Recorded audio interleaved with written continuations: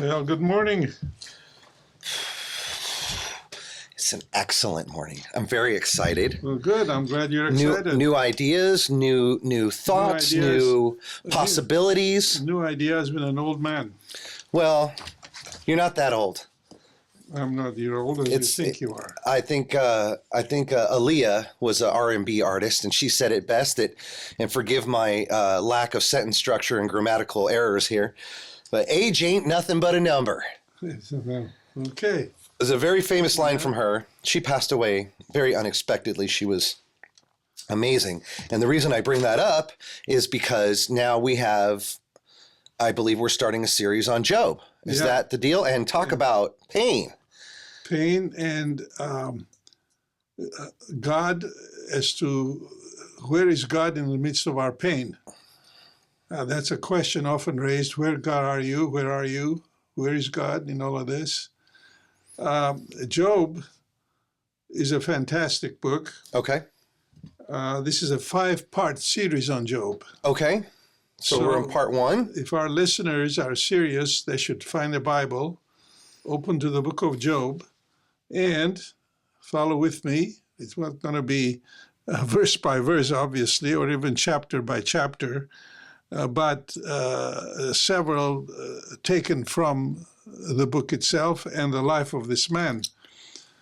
Job is an epic. It's a prehistoric in terms of the writing of the Bible books. I always felt it should have been made a movie. I'm sure it has on a lower level. Well, I'm sure there are, but it's a very hard subject to make a movie on, I would think. It's, trying to make it relatable while separating the pain has got to be something that's almost impossible. Relatable and the pain and to stay away from glib, easy answers. Today, we get a lot of glib, easy answers to our questions by God's people. Okay. Which is scary to me because the name of God is being used for our own personal views, prejudices. It's very true. We heard a pastor lately say that the biggest problem with Christianity is Christians. Yeah. That one really resounded with us. And pastors of Christians, including him and me. Mm-hmm. Now, the book itself has a structure. In the first couple of chapters, we have what is known prose. Okay. It's narrative. Okay. And scholars tell us that was added on later to this epic. Okay. It's about a man who suffered a lot. It comes from the land of Luz, or Liz, L-I-Z. Nobody knows where that was. That's definitely... Yeah. And it gives an introduction to it, which helps us in some ways. Set the tone. Yeah, in some ways it does not help because it introduces God in a manner whereby God is a big poobah. God is a big man on the throne. Is that a Flintstones reference? The Grand Poobah? I guess. I don't know where it comes from. Do you?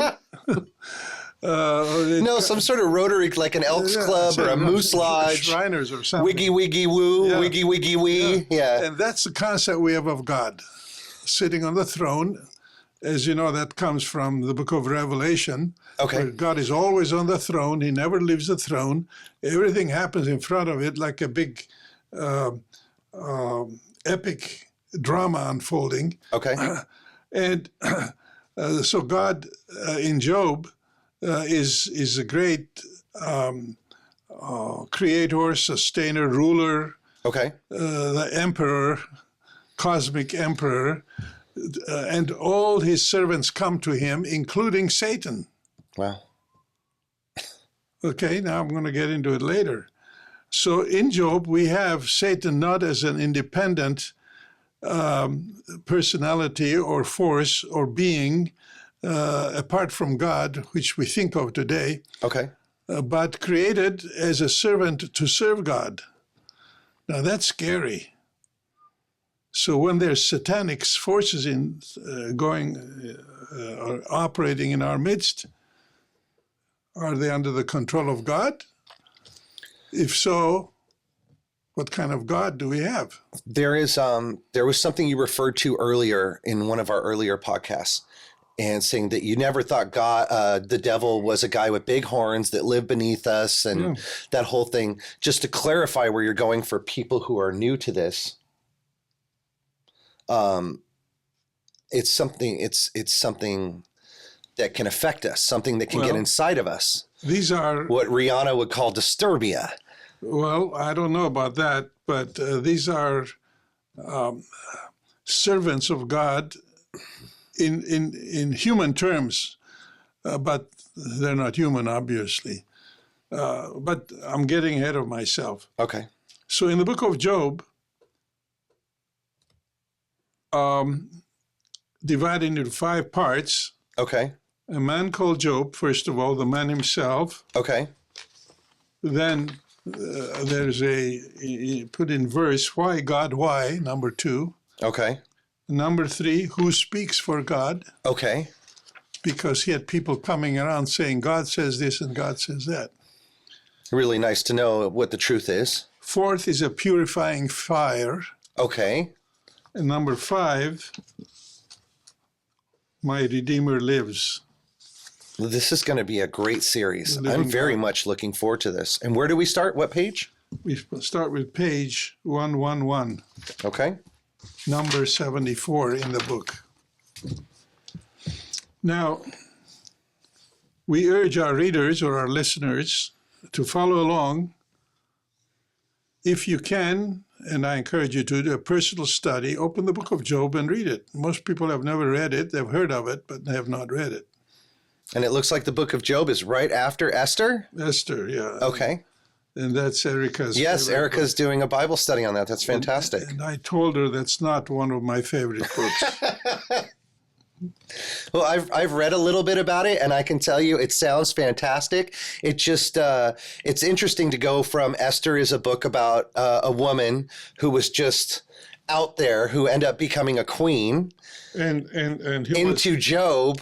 It's definitely and Esther is a book on nationalistic implications, the saving of the Jews from annihilation. Job has no ethnic or national identity. It's pre-national, pre-ethnic. It's why it's old. It's human and God and simple. It's an old epic. You keep saying epic. I think like Ben-Hur or Titanic or epic. I just want everybody to know epic means epic. So hold on. Well, here we go. Yeah. Now, it has always been a fascinating character study because people identify with Job so easily. Okay. We see in his trials and tribulations our own experiences and emphasizes with him.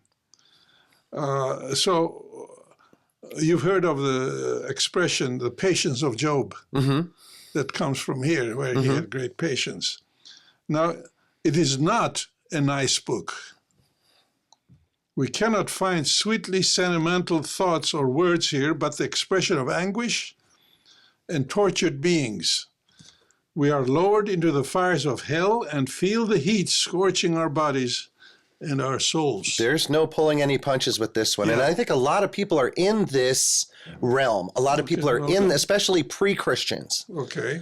And that's why I like this, because I'm a new Christian. I want people to identify. That's one of the reasons we started this, was to talk to these pre-Christians. Well, good, and I hope they will. I'm also talking to Christians. Okay. Because as a pastor, I've encountered Christians who think they must be in special favor with God because they are Christians.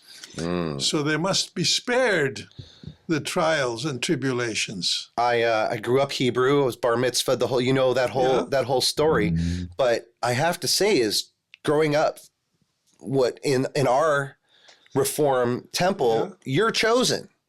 There's a lot of people who aren't. You're chosen. It was a lot of pressure. Yeah, the New Testament really took the pressure off, letting me know that everybody's chosen. And I just was curious when they said you were chosen. Chosen for what? Yeah, they left that part out. They left that one out. So you can fill in the blanks. They say you're chosen, and here's the offering plate, right? So it was interesting. Presbyterians, we call ourselves the frozen, not the chosen. Well, Presbyterian is meditational, so I can pick up that reference. Well, anyway, it's a book. It is not a nice book. Well, I don't think we need light and fluffy all the time. Sometimes we really need to dig into we need the meat and potatoes. Let's go. Let's do it together. We need to identify with people who are struggling. Which is most people. And who are not necessarily being rescued because they have faith.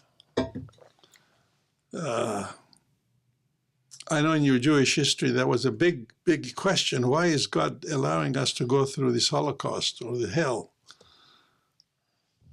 And that's near and dear to my heart. My grandparents were ground zero downtown Germany with the dry cleaning business. So, and then my father was a sixth attempt after 5 miscarriages. They had to leave Germany and go to Shanghai. He was born in Shanghai. Yeah. They had a bassinet picture of shrapnel from a plane where they had taken him out of his bassinet in the sun and brought him inside to feed him. And 10 minutes later, there's a piece of shrapnel in his. So that's how close I was to not being here. Wow. So I get it. I get it. And I've heard a number of people that story, and that story is multiplied with our people too. And this question of Job, or this personality of Job, has been replicated in the experience of many of my own people, as well as your own. This really applies to everyone. I like that. Now, it is an honest book. Okay. It speaks man's thoughts about himself. Okay. Or our thoughts about ourselves. Our fellow human beings, and our God with reservation. Okay.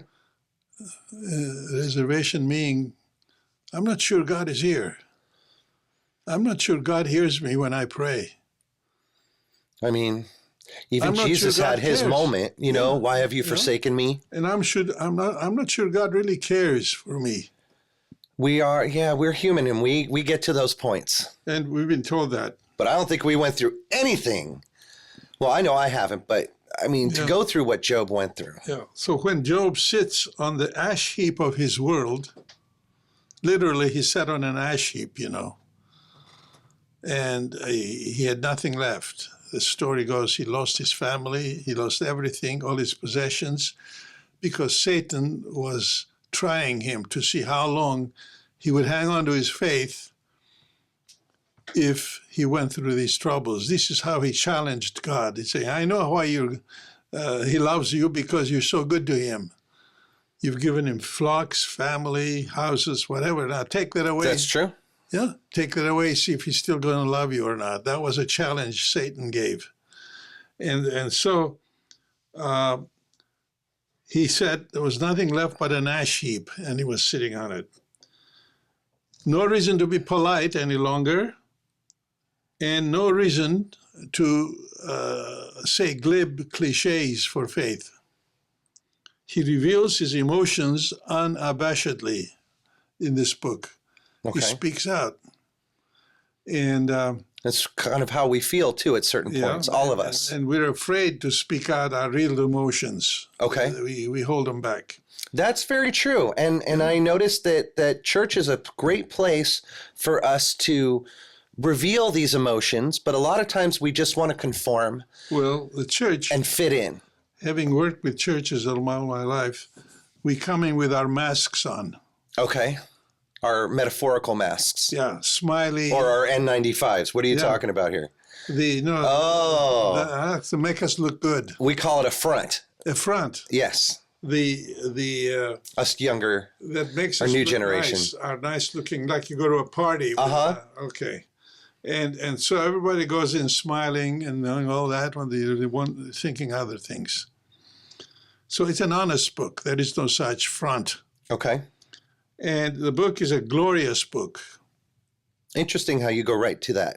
Yeah. This book is hard. This book is difficult. This book is speaking out from a human perspective. And now it's glorious. Because it is a record of a journey from death to life, from tragedy to triumph.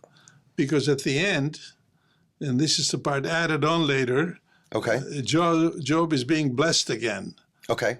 with family and all that. But that was the touchstone later, scholars tell us, to make it look good. Oh, okay. It's a Hollywood ending. To add a little sugar to the coffee at the end, huh? The Hollywood ending, you know. The villain. That I understand. From despair to renewal of life and faith. But what a journey that is. Okay. So this is introduction. Okay. And let me... Go ahead. The beginning, as I said, is a setting in which Job and his family, says there was a man in the land of Uz whose name was Job. That man was blameless and upright, one who feared God and turned away from evil. So he was okay. And 7 sons, 3 daughters, 7,000 sheep, 3,000 camels, 500 yoke of oxen. I wonder who counted all this. Maybe it was just a guesstimate. 500 donkeys. Wow. And very many servants, so that this man was the greatest of all the people of the East. Wow. His sons used to go and hold feasts in one another's houses. You know what that is. Hey, you got a rich father, let's have a party. And they would send and invite their 3 sisters to eat and drink with them. And when the feast days had run their course, Job would send and sanctify them, and he would rise early in the morning and offer burnt offerings according to the number of them all. For said, it may be that my children have sinned and cursed God in their hearts. This is what Job always did. So he always did, went through the ceremony of seeking forgiveness for their sins. Okay. And one day, it says, in the heavenly beings came before the Lord, and Satan also came along. And the Lord said to Satan, where have you come from? And Satan said, from going to and fro on the earth, and from walking up and down on it. And the Lord said, have you seen and considered my servant Job? Have you seen Job? Wow. And there is no one like him on the earth, a blameless and upright man who fears God and turns away from evil. Wow. Then Satan said, does Job fear God for nothing? Have you not put a fence around him and his house and all that he has on every side? You have blessed his work of his hands, and his possessions have increased in the land. But stretch out your hand now and touch all that he has, and he will curse you to your face. That's a challenge. And the Lord said, very well then. All that he has is in your hands and power, only do not stretch out your hand against him personally. Okay. Take everything away. So Satan went from the presence of the Lord. I'm reading. I should not read so much. No, this is great. As an introduction, it's a setting. It sets the stage. And one by one, his family was taken away and came back. And God said, well, has it cursed me yet? No, but you have not done enough. So do more. And so finally Job arose, tore his robe, shaved his head, and fell on the ground and worshipped, saying, naked I came from my mother's womb, and naked shall I return there. Wow. The Lord gave, and the Lord has taken away. Blessed be the name of the Lord. His faith held. And in all this, Job did not sin or charge God with wrongdoing. Wow. Okay, so it continues. All his sons, all his daughters, Yeah. all his possessions, And that's probably coming up. That's the story. And again, he said, came to God again. And the Lord said, where have you come from? And Satan answered, from going to and fro the earth and from walking up and down. And the Lord said, have you considered my servant Job? Again, there is no one like him, etc. Then Satan answered, skin for skin. All that people have, they will give to save their lives. But stretch out your hand now and touch his bone and his flesh, and he will curse you to your face. Wow. And the Lord said to Satan, very well then, he's in your power, only spare his life. And you know the story. That's picking on him. That is just picking on this guy as a focal point between God and Satan. Okay. Yeah. That's a tough place to be in between. And so Satan went and inflicted loathsome sores on Job from the sole of his feet to the crown of his head. And Job took a potsherd with which he scraped himself and sat among the ashes. Was itching, and then his wife said, do you still persist in your integrity? Curse God and die. But he said, you speak as any foolish woman would speak. Ooh. Shall we receive the good at the hand of God and not receive the bad? In all this, Job did not sin with his lips. Now that's the setting. Took away his kids. You see him now. Gave him one of the 10 commandments, or gave him one of the plagues. Seems like he's got boils and sores type of scenario. I mean, and his wife says, well, because something bad happened, you should curse God and die. And he goes, you're ignorant? That's fantastic. Yeah. I hope I have faith like that. Well, the thing is, I don't have faith like that. How do I know what I would do if this happened to me? Oh, well, that's very true. So I cannot say right now, I would have made true. I don't. I know believers in the midst of their trials and tribulations among my people who cursed God and died. They did exactly what his wife said. What the wife said. I have a poem, not a poem, but a statement, a prayer, written by a man in the midst of the genocide. Okay. In which he challenges God. Says, where were you? And I should read it sometime. Well, we should get it in next time on our next episode. It's a very honest and sad. So this is the dilemma of our humanity, of our human existence. It's our dilemma.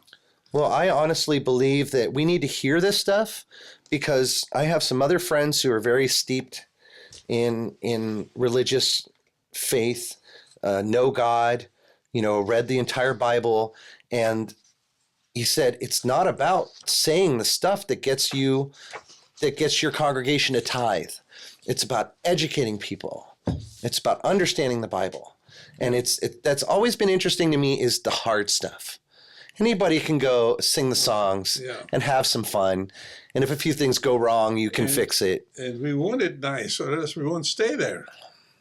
I don't know. I don't know if that's true. Okay. Well, the masses, yes. I follow the masses. Let me read the next one, number 75. Okay. It's number 2 in the series. Why, God, why? Okay. And we want you said here, read Job 2 and 3 for the second in our Lenten series. So make sure you read Job 2 and 3. Chapter 3, verse 23. You can always pause this video. Chapter 3, verse 23. Okay. Which says, why is light given to one who cannot see the way, whom God has fenced in? For my sighing comes like my bread, and my groanings are poured out like water. Truly things that I fear comes upon me, and what I dread befalls me. I am not at ease, nor am I quiet. I have no rest, but trouble comes. Okay? Why, God, why? Let me read it. Okay. These senses, oh, these senses of man, his eyes, his ears, his hands, his heart, he sees and hears with distinct clarity, and how he feels, my God, what passion. Notice the way of a child with a toy, or the way of a mother with a baby, or the way of a man with a maid. But his mind, oh God, his mind, that's the catch, the spoiler. Spoiler alert. While senses feel, his mind betrays. Failing to meet feeling with understanding, abandoning man to frustration and misery. Why the fight of love, eternal love, and then the sudden death of the beloved? Why the power to see, but no power to see meaning? Oof. Why tears and pain and death? And why choose silence for your speech, O God? Why, God, why? Why is the light given to a man whose way is hid, whom God has hedged in? I thought you told me it was a poem. None of this rhymes. Doesn't have to rhyme. Doesn't have to rhyme. Modern poems don't have to rhyme. That's very true. But there's a cadence to it. Okay. Ex-military. Cadence, I understand. 1, 2, 3. Yeah. I've dabbled in this kind of thing. Okay. I'm not a trained poet. Okay. For example, they don't have all the same lines. Of course. Some have 3, some have 2, some have 5. Okay. I don't care. It's just... It's about expressing. It's a stream of consciousness. When I write this, I just write it. That's great. Filled with the Spirit, go forward. Yeah. Okay. Well, this inspired some very harsh emotions Okay. in me as you read it. Okay. And there's definitely a lot of mixed emotions. And there's definitely a lot of agreeing. And it's a lot. It brought out a lot in me. It's something, Okay. it's the hard stuff. Yeah. It brings out questions. I'm not going to ask them now, but it brings out questions of how and why instead of just, holy, holy, holy. And this is what I asked you for, the tough stuff. Okay. And it brings us always to God. Okay. And my next one is going to be who speaks for God? Okay. Who speaks for God? Because he had friends who came around trying to console him, and they didn't help at all, made it worse. I'll save that for next time. Ooh, the cliffhanger.